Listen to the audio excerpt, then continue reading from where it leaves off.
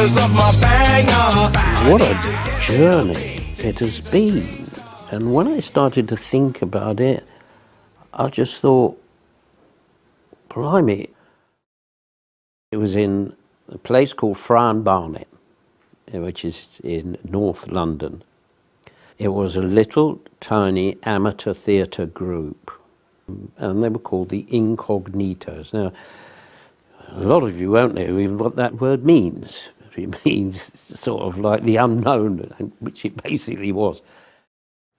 As I started in this amateur theatre, I just found for some reason that I identified with it. I was quite good at it.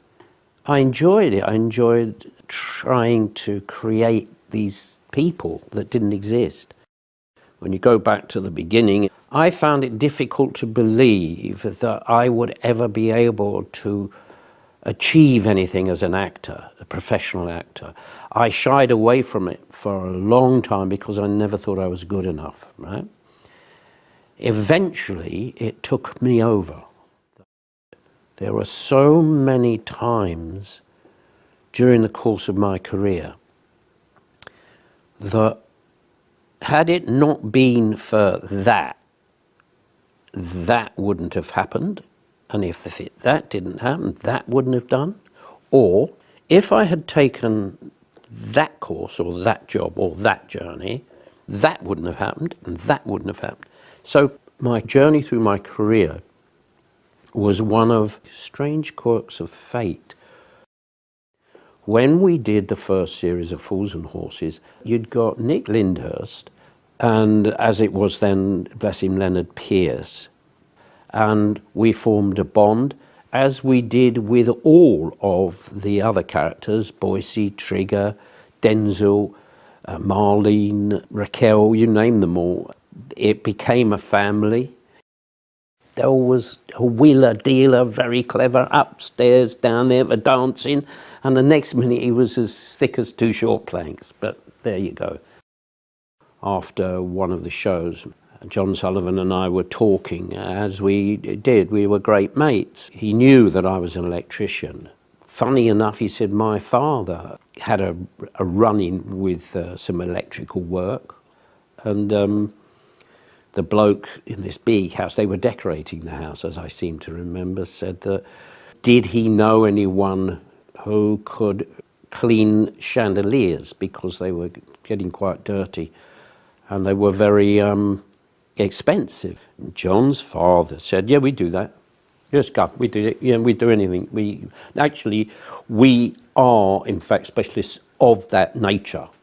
So this bloke says, oh, really? I didn't know that. He's, oh, yeah, we do that all the time.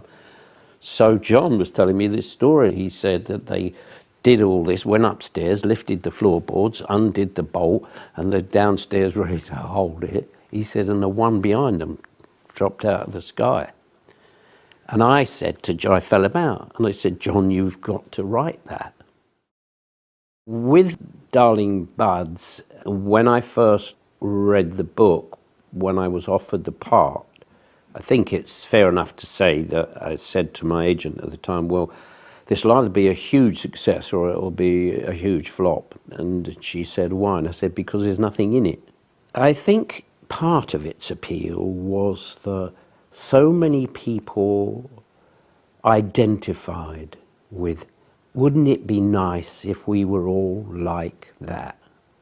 Pam and I were totally professional. We enjoyed each other's company very much.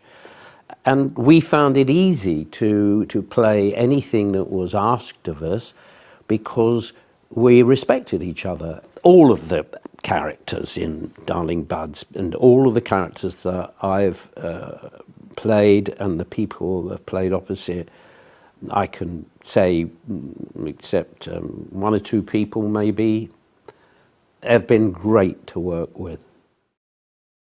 Granville in Open All Hours, he was good fun, sympathetic, and like any healthy young man, he couldn't wait to lay his head on Nurse Gladys's bosom.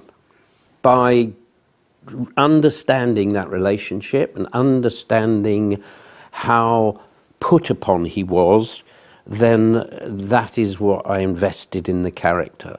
And he became somebody who was desperate to break out, but couldn't because he just obeyed the rules that were set for him by his uncle. Jack Frost, because he was so dark, I knew what I was going to do. I wanted to introduce, where I could, some humour to lighten it. In other words, to make him more human. And I think that what we tried to do is to show a person who's a policeman dedicated to his job to such an extent that it affected his private life. And if you analyse it, you'll find that most policemen's private lives are a bit of a mess. People used to come up to me and say, Jack Frost is always eating. But it wasn't really that he was always eating, it's just the way that it fell, that if the scene demanded that it was breakfast, I would have to have a meal. Sometimes you do get a mouthful and you go to speak and you choke, or you spray your opposite number, George Toulon, with an egg sandwich or something. I think with Danger Mouse, one of the reasons that I was originally attracted to it was because of my love of cartoons.